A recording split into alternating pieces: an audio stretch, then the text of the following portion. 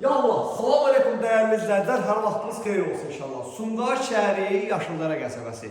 İddialı bir dənə mükəmməl evlə qarşınızdayım.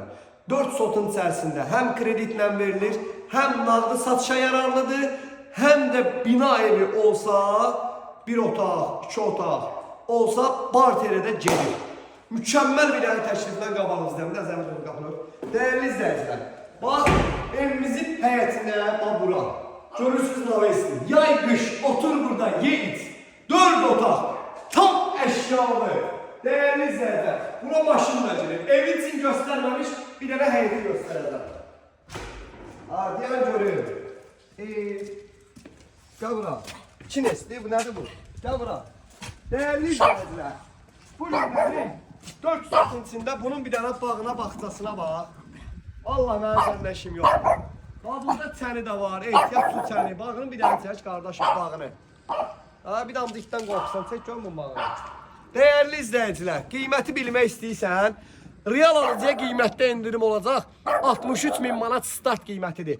Real alıcı gəlsə, qiymətdə söhbət eləyəcək ev yəsiylə. Barterdə dedim sizə, hər şeyi bilirsiniz. Kredit də 35.000. 35.000'in yoxdur, 33.000'in var, götür gəl. Keçək evin içinə.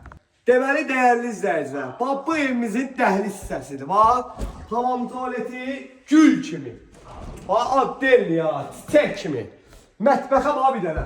Değerli izləyicilər, bax bu fürsət evdən qaçsa çox qalmır ha bu fürsətdə.